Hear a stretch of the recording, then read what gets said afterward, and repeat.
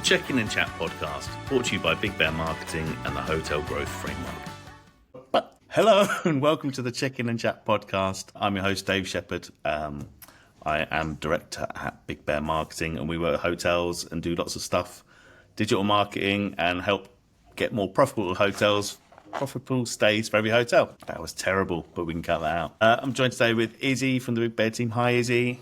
Hello, Dave. Today, we're going to be talking about a very exciting subject, which is why reducing OTA dependency is one of the smartest moves that a hotel can make. So I know through the hotels that we work with, and also every month working on the digital marketing across PPC, SEO, all the digital channels, every month we're looking at hundreds and hundreds of different hotels as just because we're nosy and that's our industry, we need to know it. Yeah. And I guess we're spotting the same mistakes and spotting the same patterns from hotel to hotel. So, so what do you think is like the real cost of using the OTAs? Like what do hoteliers and hotel marketers sort of overlook a little bit, do you think? Yeah. So I think obviously OTAs is something that every hotel, whatever like group or whatever level they're at, they use. And it's like that sort of a necessary evil, the way we call it. But I think everyone always like signs up to these things thinking they're going to be giving 10%, 15% away for that to be part of that OTA and get a booking, which in reality, after working with a few hotels and as we said, like doing a lot of data analysis, we've realized the cost is actually a lot higher and you're giving something away even longer term. So like your guest data, for example. So I think it's not a simple like cost that OTAs bring of like 10 to 15% of each booking. I think the cost of OTAs is much higher and actually detrimental on the profitability of that hotel. Yeah. When we were talking last year with some of the big hotel chains over in the States, and some of their hotel properties are sort of like 70% plus reliant on OTAs. So we were doing a bit of work trying to sort of like work out how they can put frameworks in place to reduce that. And then it was just like, and I think the main thing we kind of did there is like, actually, if you could just reduce your OTA costs even by 10%, like what would that mean to your hotel? And obviously it will vary from hotel to hotel. So why do you think so OTAs, like I say, it's a necessary evil and it's a dance that we have to dance to, and hotels have to dance to because, people are using those platforms, therefore you have to be on them. Why don't you think, and it is clearly talked about a lot as well with, through the conversations we've had with hotels and people within the teams. But why don't you think it's like the number? Like, I don't think people kind of look at that as a good way to make more money. They see it as like, I'm on the OTAs, Booking.com, Expedia, and they take 15%. And to me, I find it a bit crazy because like no one even blinks an eye at it. And it's like, And I think it's because I suppose everyone sees themselves like as that hotel, how they run, and they don't see the bigger picture of actually what is happening in that search engine, which obviously we see from our point of view. And that's why obviously we have a different opinion on it. But I think as well, it comes from a point of view that they're focused on such a short-term goal of like, I need to get my hotel booked. I need to show to my stakeholders that we have a 90% occupancy. 90% occupancy, if 70% comes off OTAs, it's not a good thing. Yeah. And I think that's what is kind of like the thing that is missed there. And it doesn't just become 10 and 50%, it becomes a much bigger. And the way I also think it influences hotels is that OTAs become the thing that the game they have to play, and the dependency becomes so high that you can't revert back at a certain point. So you can't then empower your own direct marketing because you've gone so far into being an OTA driven hotel. And so. And I think like we've been, obviously, as you go around the hotel conferences, watch talks, listen to people speak, well respected people obviously who are in the industry, and like we've heard it so many times now. Like we didn't originally come from a hotel background. We serviced all different businesses across the world. But in the last sort of 5-6 years since we've been working with hotels more, moving into the niche of that, we've heard so many times where it's like, you have to use OTAs because there's no way that you can drive that traffic. And we've literally sat and listened to these people say these things. And it's like, and I guess from our point of view, it's like, yeah, you can. And it's like, OTAs are great. It will give you occupancy. But when you're giving away 15% profit straight away out of that room, it's like, you could literally invest less than that to get that room booking. And we see it with our clients and what we do. I think it's the fact as well that people find there's a bit of a risky move. Mm. And it's the thought of Get process of it, yeah. like, I don't want to be off the OTA if all my competitors are on there. But actually, that's fair enough. But to what extent do you want to be on those OTAs and allowing them to kind of take a percentage off your profit? And that's how I see it. And it's in past experience working like across affiliate programs and PPC campaigns for sort of big household names, it's I think that's the mindset shift that hotels need to get into. It's like, yes, you have to be on the OTAs because that's user behavior. You're never going to get rid of it, and I wouldn't suggest in a million years that you need to. But what they're actually doing is taking your profit.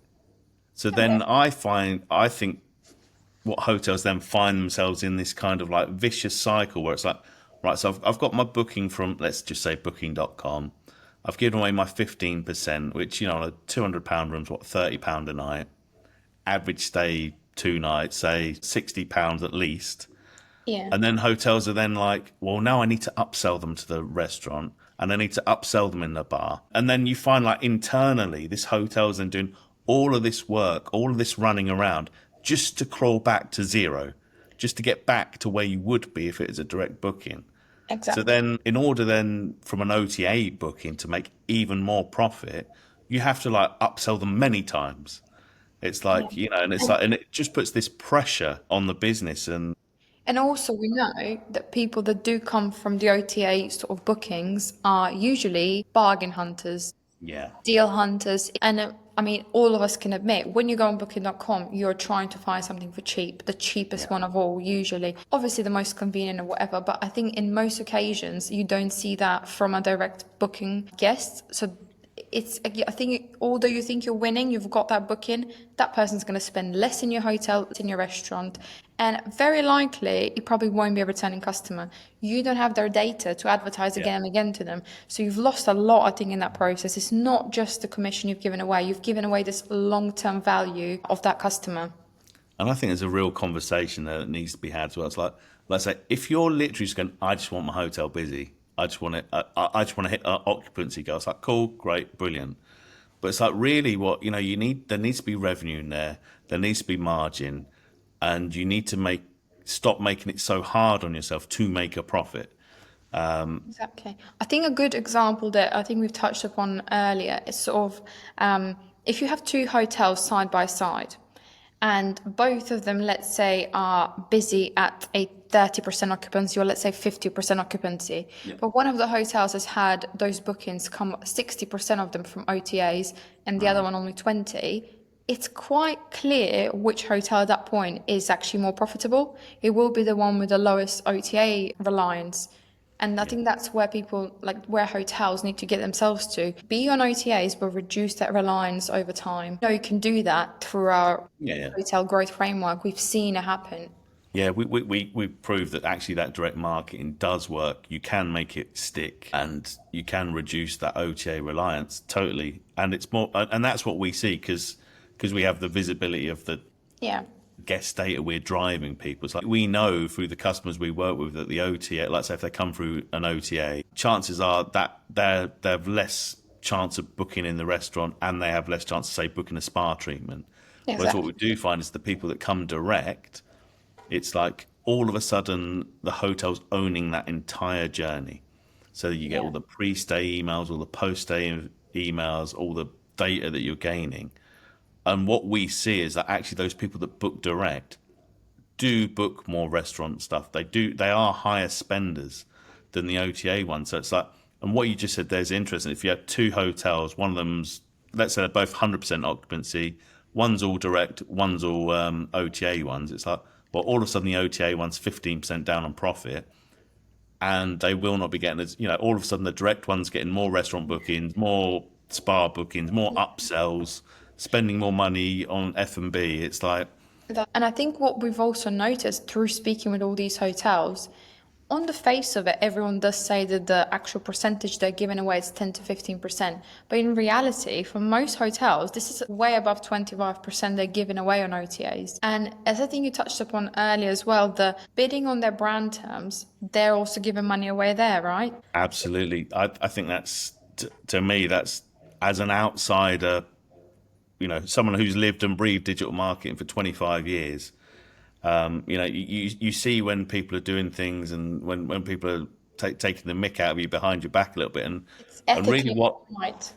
yeah, so the reality is, it's like, let's use that £200 a night room booking thing. So someone goes to an OTA, they book the room for £200. All of a sudden, I'm giving £30 to the OTA as commission. Whereas actually, all the OTA is doing there is probably bidding on your brand term, which as a hotel you worked really hard to build that reputation, to build that trust through your marketing, years of thing. And then the OTA is going, well, I'm just going to bid on hotel name for a quid. And then what I'm going to do is I'm then going to charge the hotel 30 quid for every night someone stays there. Yeah. And really, it's like, in any other industry, if you're running like the OTAs are basically an Nice. affiliate thing, like, you would never be allowed to bid on the brand term for those reasons. Absolutely. So then you go, well, and really that's why, like, the owners of Booking.com are making 26 billion a year. It's literally revenue, most of it, that hotels are just allowing them to take. So what And hotels should be doing, I think, is then actually having a brand campaign or some kind of brand strategy, so that they are bidding on their own things, and you can compete with the OTAs. Because if someone's Googling, for example, a hotel name, and your ad is top of there, and that's for your hotel website, I have a much higher chance of coming to you direct than yeah, going through an OTA. And yeah, then you go, well, to get that same room booking could cost you £1, whereas actually to get the same room booking for an OTA is just cost you £30 per night. yeah, And exactly. if someone comes and stays with you for a week, that's tremendous cost. You're talking hundreds and hundreds of pounds. As Exactly. hotels know, it's a problem. I think we're so passionate about this topic, particularly because we kind of stumbled upon this issue while working with like hotels, I suppose. And we noticed that a lot of places do worry about the competition, and they go, the hotel next door, the hotel in the same city, the hotel in the area, they're doing better than us. But actually, that's not even who you're competing at the moment, I think. It's the OTAs that are the ones that are creating this kind of competitive landscape between all of you as well, which is Yeah, it really is. When you look at that system, and I think we do look at it as maybe slightly different to how hoteliers and hotel workers do. It's like, actually, the OTAs are laughing literally all the way to the bank, because they could be even running ads on your hotel name. So you think, that's great, I'm going to get the commission because they're going to book my hotel. But actually, what's probably going to happen once they click that ad, they go, oh, that's the hotel you're looking for, and look what else is next door. So actually, what you could find is your hotel, your competitor next door, is making a ton of bookings because the OTAs are bidding on your brand term. exactly. And it's just like, and which from their point of view is very clever, because the OTA doesn't really care who gets the They booking, don't because have they're going to get. loyalties, do they? Like OTAs have no loyalties to you as a hotel. No, I don't believe so. I might be wrong. And, I feel like we're in a situation where, because we're not hoteliers, we can maybe say it as it is, a little bit more running a risk of upsetting OTAs. But Yeah. that is the truth. It's like, you work so hard as a hotel, spending so much time, money, effort, years of hard work to build your reputation, to only then allow the OTAs to trade off your name and maybe actually fill the hotel next door full of guests, I which think is really irks me. And I don't even own a hotel. no, and I think it's because we're so passionate about actually helping hotels drive those more profitable stays that this kind of issue of OTAs does really wind us up. I don't know what would be your sort of thing about this sort of issue that winds you up most. I'd say, like, what is the thing that you think OTAs are taking most advantage of here? I think I guess the thing that does wind me up personally, and sort of like frustrates me as a business owner, is there's a necessary evil to being on the OJs. It does make sense to be on there because you will pick up some occupancy. And like you say, when you're in those quiet times, sometimes you just want to keep those doors Yeah. open and keep the lights on, make a bit of profit. But I think the thing that probably winds me up more, and I think it's more the mindset towards it. It's Yeah. like when we sit there and we hear, I'm not going to name names, but when you sit there and listen to leaders in the industry say, oh, there's no other way you could generate that much clicks, Yeah. that much traffic, and it's all wrong. And we sit, we know it's wrong because we do it. And I think it's more of the, I'm just going to lay over and not die, but it's like, yeah, I'm just going to give in. Yeah, what? It's that Yeah. attitude like we have to do it. There's no other way. And I feel like that's been ingrained in the hotel industry. Yeah, great. And I think, I mean, I would say what makes our approach and our framework different in terms of how we see and approach this problem of OTA reliance is that we always know the power of digital marketing and in power of direct marketing. Actually, like, I mean, you can call us a bit of data geeks, but we do want to have all data about our customers, our guests, and make sure that we attribute where they've come from. So it's not sort of like we've done some marketing and these people have come from some sort of marketing. We want to know exactly where that conversion has happened, where that booking has happened, in order to know what more, to put more money into, I suppose. And we've seen a lot of success of hotels, and I think you can speak about that even more from like Google Ads point of view. People have got massive returns on their investment, making it literally one of the most profitable channels from marketing point of view. Well, I think it should be. It's and I think that's the interesting thing there. It's like occupancy versus revenue or profit. Yeah. Because if you're looking for the channel that drives you the highest occupancy, that could be OTAs. Yeah. But it doesn't drive you the highest revenue because by the time you've taken your commissions and stuff off, Yeah. and by the time you filled your hotel with guests who don't want to spend more money, Yeah. and then you're having a, you're losing out.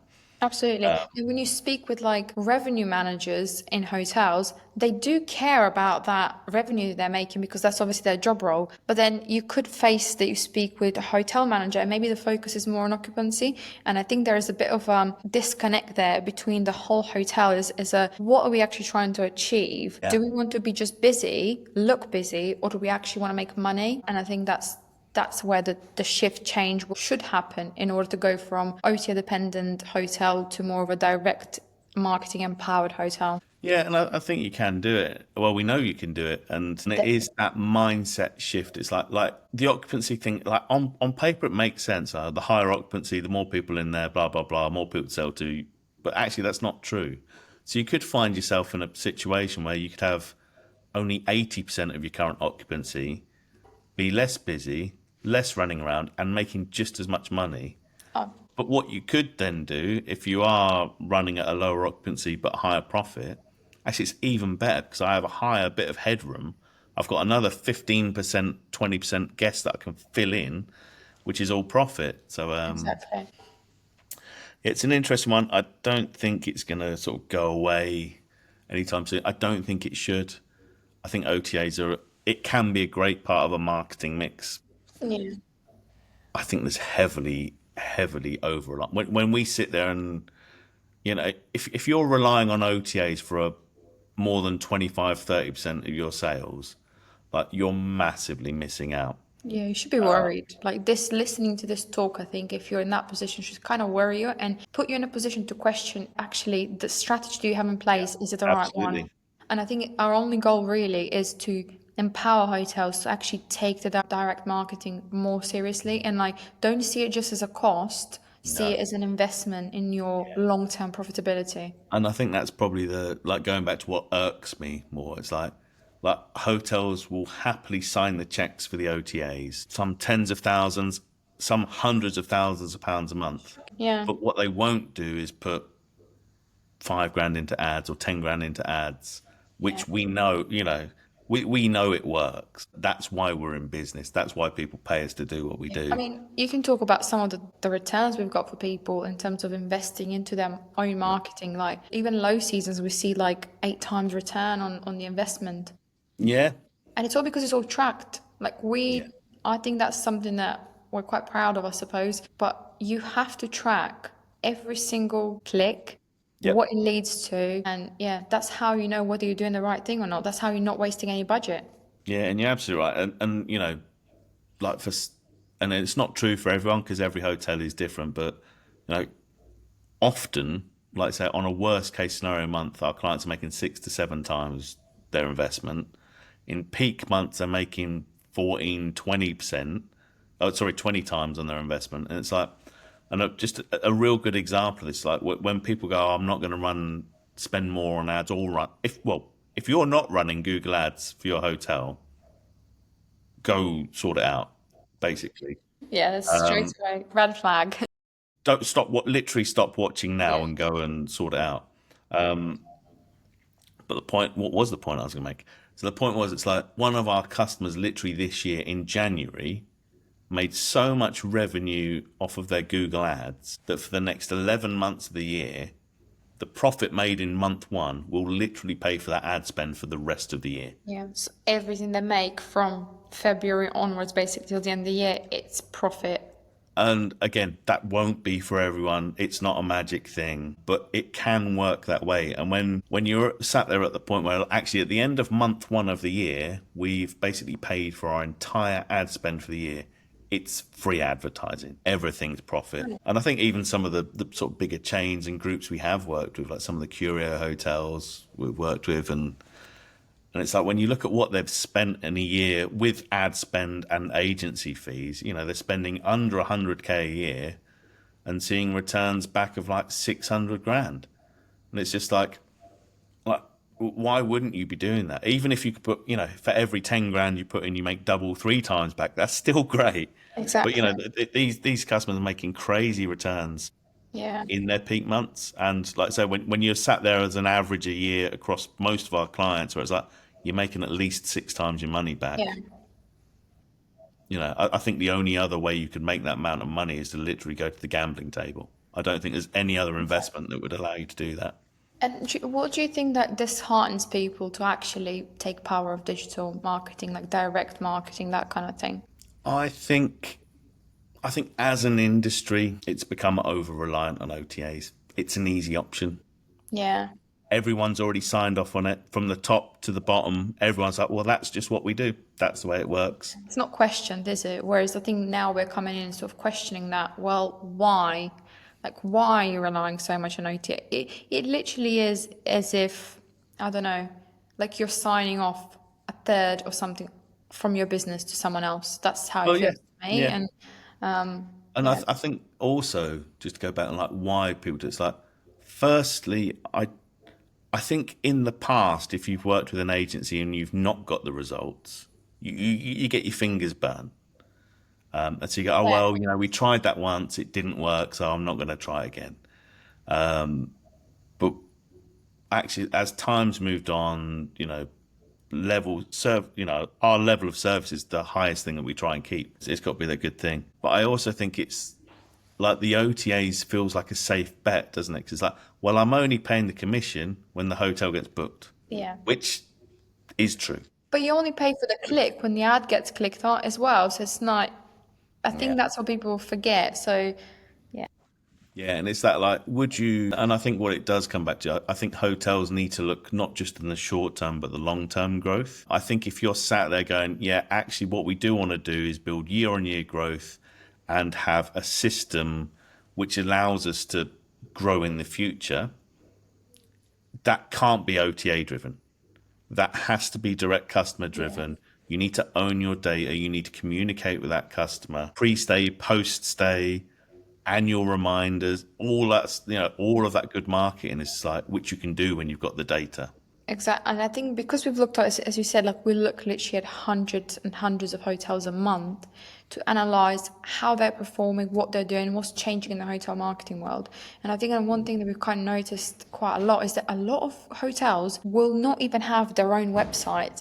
The whole business will rely on that booking.com listing. And that, if for whatever reason, all these booking engines, all these sort of platforms do go away, you're left with nothing. Like your customers will not have a way to find you. And worst of all, they probably won't even remember your brand name because they found you through booking.com. Yeah, but I think it's just that whole taking control of the whole journey, isn't it? From Yeah, the first time someone, well, really, what hotels should be doing is inspiring travelers to travel in the first place. exactly. Come, and it's not necessarily come and stay here because it's like, look at where we are, look at the facilities, look at how close we are to theme parks or attractions or events. And it's like, we're a really good option if you want to go to those things. It's like, and it's just inspiring. It's even like if you're a coastal place down in Cornwall, it's like, inspire those surfing travelers. It's like, Yeah. and I think that's another thing which we have seen through running ads for hotels. It's like So people will travel. People will travel from the very tip of Scotland to the very tip of Cornwall if it's right. If you've inspired them and it's the right thing, people will travel and they will travel further than you imagine. And I think that particularly like there's this real, I mean, we're talking about a different subject slightly here, going off the OTA thing, but it's like my wife, for example, will travel from Cambridgeshire to like Manchester for a weekend with the girls without even thinking about it. That's like a 3.5, 4 hour drive, depending on which way you go. It's like, and likewise, I've got friends who go from this area down to Cornwall twice a month to go surfing. Exactly. It's like, and they don't think twice about it. I think people get so much in their bubble that you forget that. I suppose the same for us. Like we know so much about our local area that you forget that you have to tell people about it in order for them to Mm. know as well.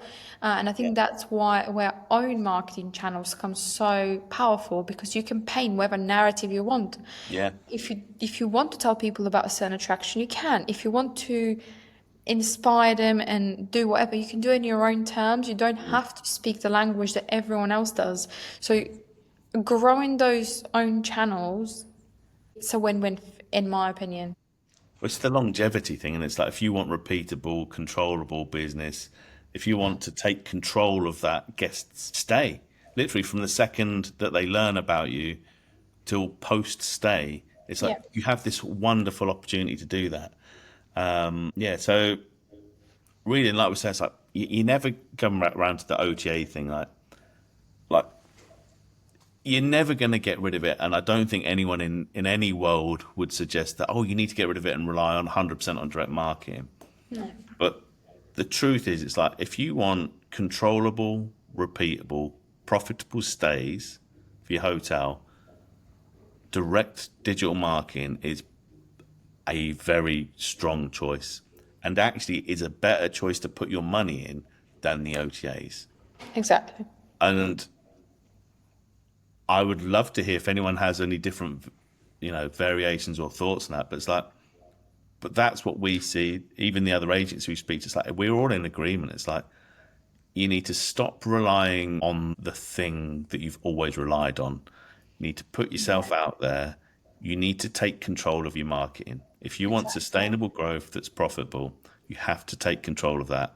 Else you end up in that situation where, you know, anything more than 30% reliance on OTA is like you are literally leaving money on the table. And I believe hotels are run for obviously the wonderful care and service that they provide, but and the hospitality, but it's like they're run for profit. It's like, Exactly. and if you can have, albeit a hotel maybe slightly less full but making more profit, why wouldn't you No want one's that? going to argue with that. I don't think you'll hear a general manager of a hotel or a revenue manager telling you that they want to make any more profit of the guests. So, So, yeah. anyway, so I think, yeah, and I think the other thing, like, if anyone takes anything away from what we've just said, it's like don't just sit there, nod and agree, because I think most people are like, yeah, OTAs is a problem.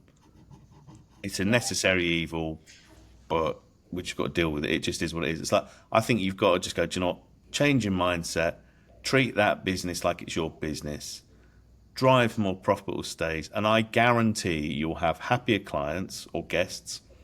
You'll have guests that come, pay you more to start with, who are more profitable. They will spend more money in your restaurant and bars and spas and leisure because that's what we've seen. And I think, like I say, every month we audit probably 100 to 150 hotels, and 75% of them are not running ads and bidding on their own brand terms, which means that actually all they are doing is letting the OTAs take their money.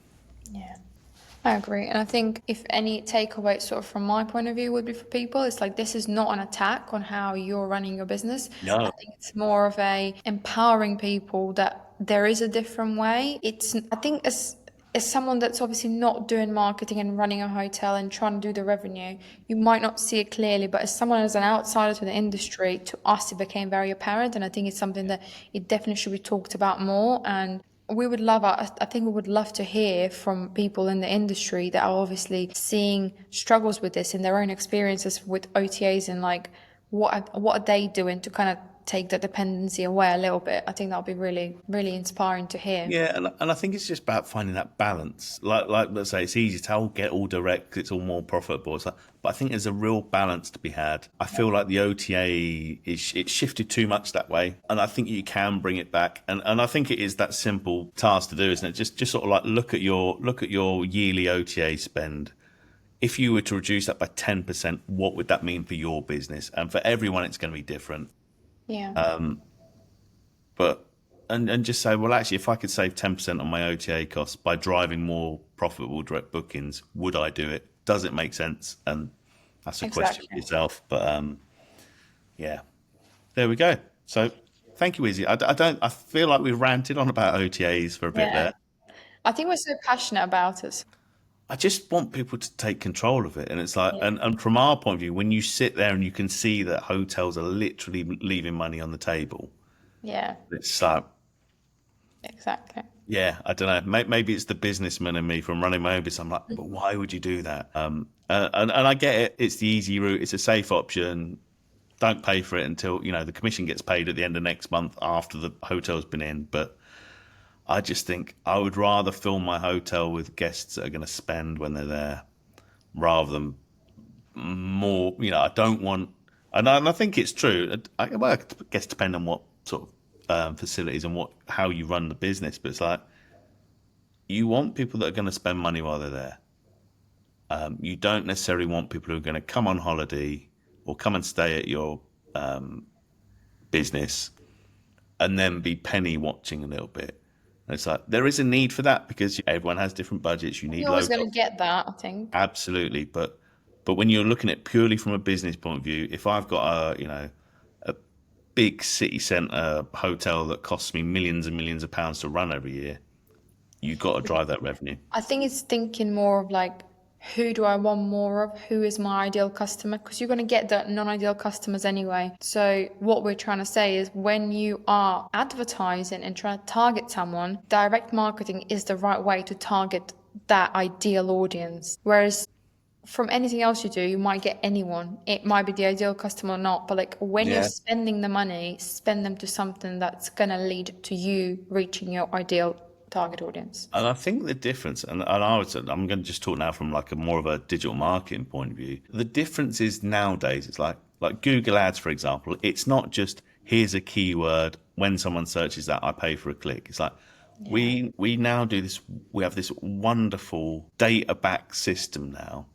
Whereas like and a lot of what we do now is like when we run ads for people, for example, it's like we're not running it on keywords anymore. That's like if your ad agency is running you search campaigns and that's all they're doing, have a word with them because they shouldn't be doing that. We're running, basically Google Performance Max campaigns, which is really tailored towards people's interests and behavior and intent. And as soon as you switch that to go from like, rather than like fishing for luckies, you're going, actually, I am advertising to people who I know are know are interested in traveling. They have high intent. Their behaviors are looking for a stay, and that's what you're targeting them on. It's like, and you have and that going back to having your own website, all that data you have, your email list you can upload, past clients, past guests. I keep using clients, but it's guests. Match lookalike audiences, so you're advertising to your guests plus people who look like them.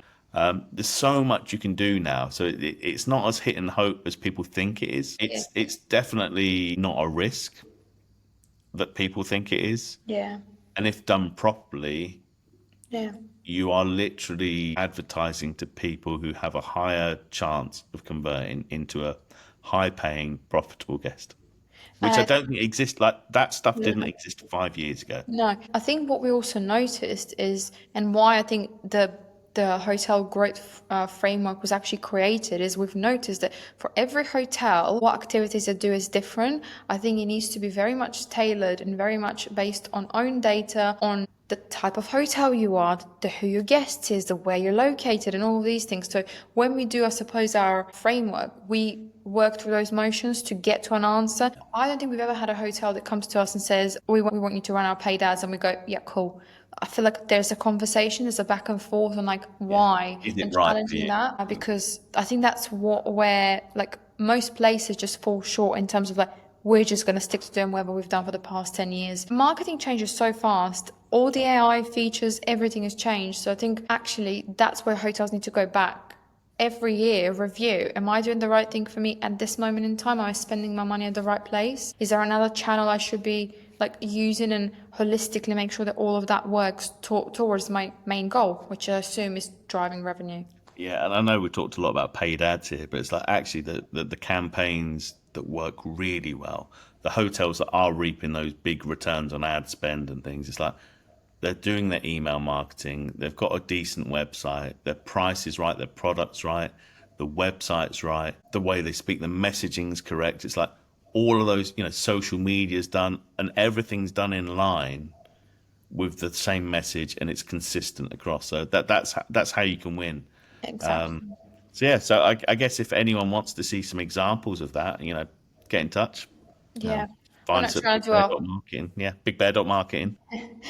we're not trying to do a hard sale here. I think is what No. the idea is. We're just trying to kind of, I suppose, inspire that conversation to see the experiences of what people are actually seeing in this industry, because I think everyone is having a different experience, but I think the main devil, if you like, it's the same thing, and it's the OTAs, which are overlooked. Yeah, so I guess really the key step, like I say, if you want to find out more, find us at bigbear.marketing.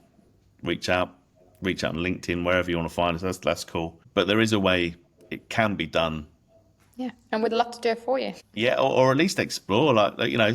Maybe certain hotels it wouldn't work for, but 99% of hotels should be doing this, because you can do it if you want more profitable stays, which I can't imagine why you wouldn't. There are ways to do it. Don't be told. Don't follow the rhetoric of like OTAs are the only way. That's the only way you're going to drive the volume and the people. It's not true. Absolutely not true. We can prove it.